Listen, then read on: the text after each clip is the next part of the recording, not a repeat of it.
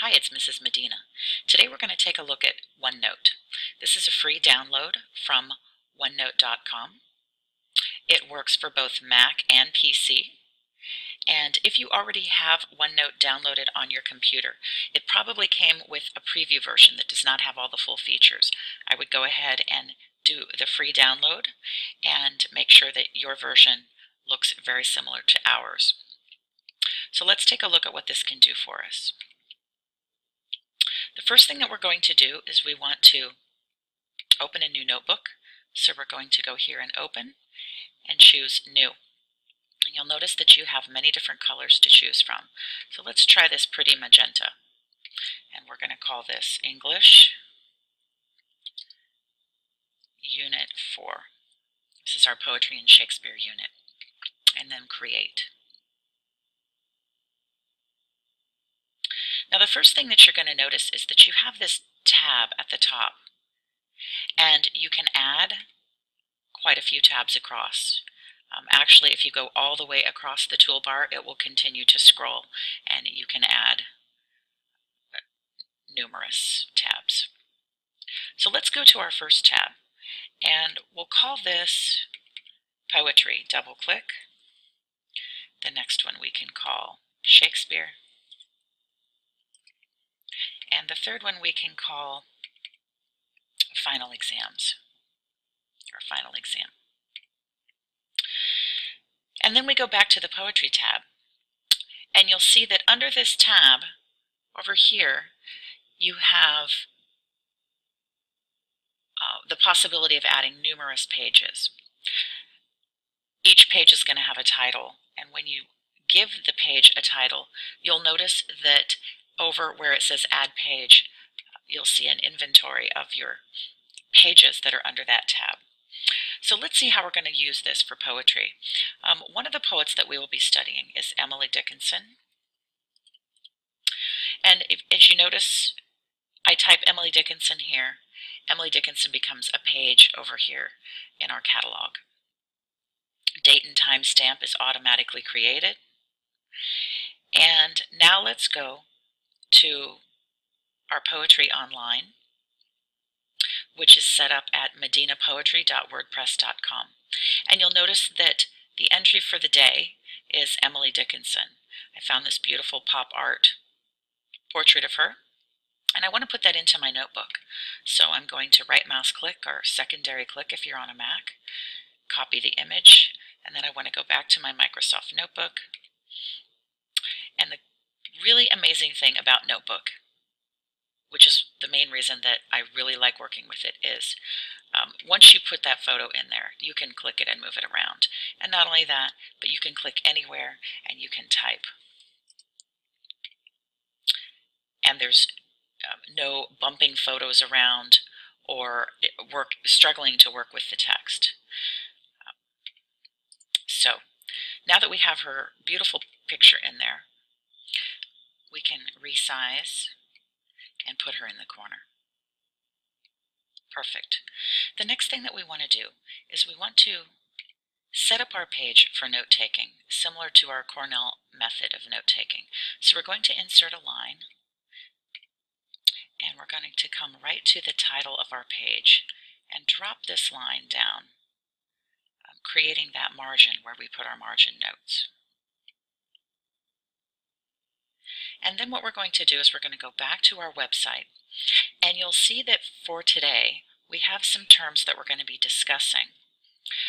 Sometimes you'll only have one term, sometimes you may have 4 or 5 terms. What I would like for you to do is to set up your terms and their definitions in that margin that we just created. So let's just do one as an example, quatrain.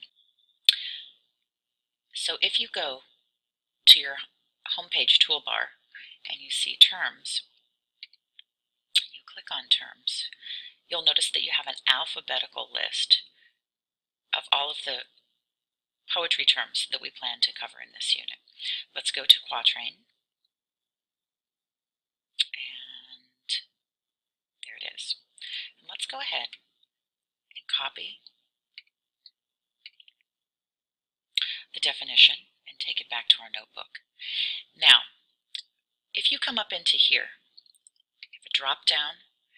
Let's star these and type quatrain.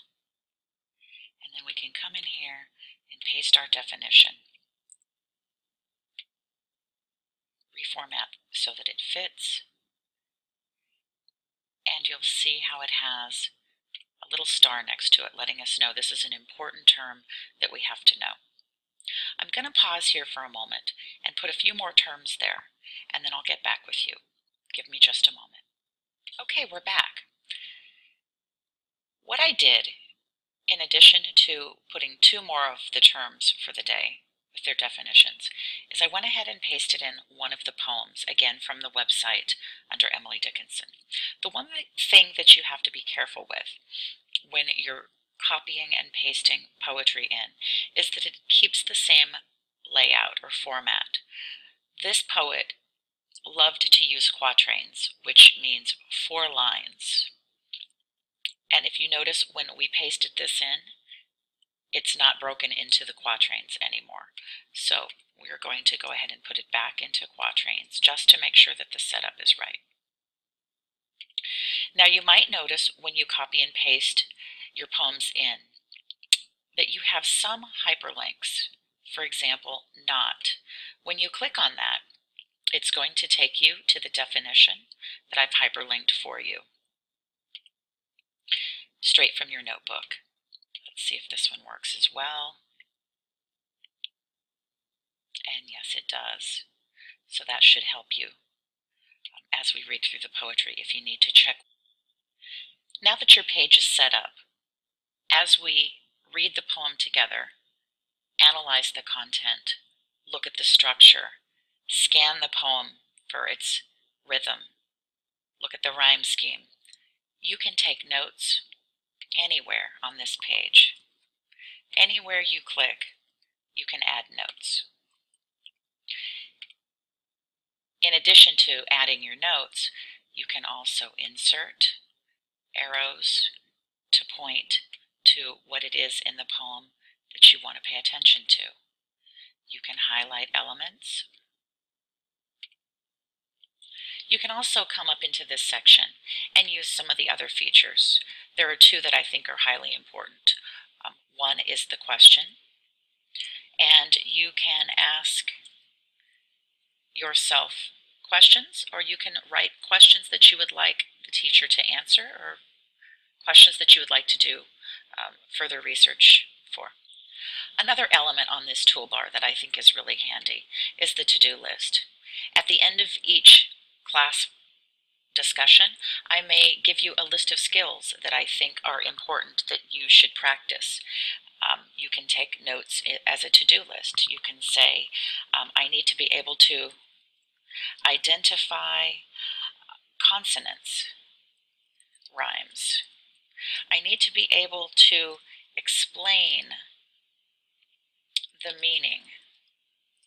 I need to be able to identify quatrains. And last but not least, I may be required to define vocabulary words. And as you master these skills, you can check those boxes off for yourself. Now, when you come to class the following day, you will simply add a page, and when you give the page a title, again, you will have that title over here. You can always navigate back to Emily Dickinson, and you'll have a running list of all of the poets that we will be studying. One feature that you should also note is that you can search all of your notebooks for words.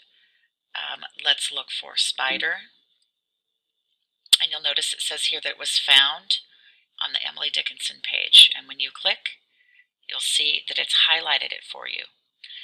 Now, in retrospect, when you're doing your own highlighting, it's probably good practice to not use yellow, since the default for this software, when it's highlighting for you, is yellow. That way you can clearly see on the page what your highlights are and what the computer found for you. There are a few other features you might find interesting. If you go to Insert, you'll see that you have an audio recording button.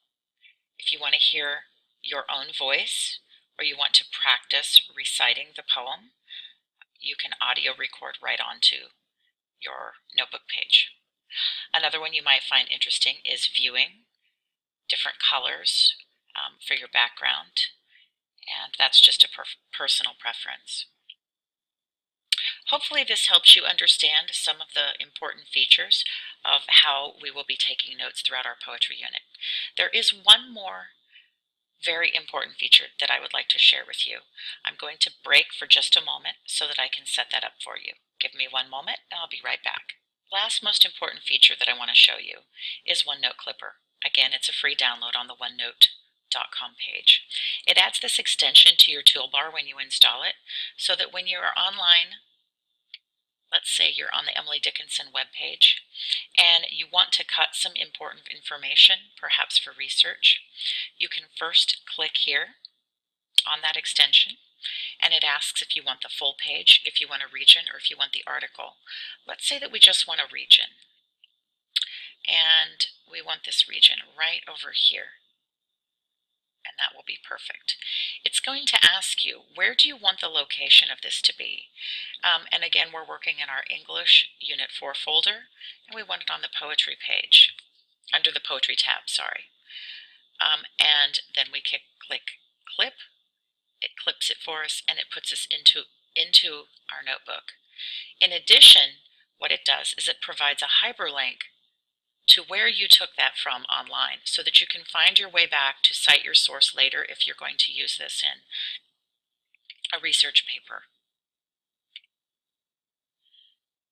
Once back on our page, you'll see that it added it as another page in our notebook. Now, we can do a few things. We can move it and switch places with Billy Collins so that our two Emily Dickinson pages are together. Or we can copy and we can go back to our Emily Dickinson page we were working with if we still have space, and we can paste that in.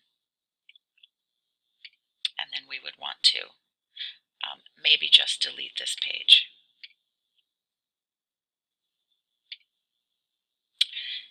And you'll see that the hyperlink is there so that you can see exactly where this was clipped from, and you can hyperlink back to it.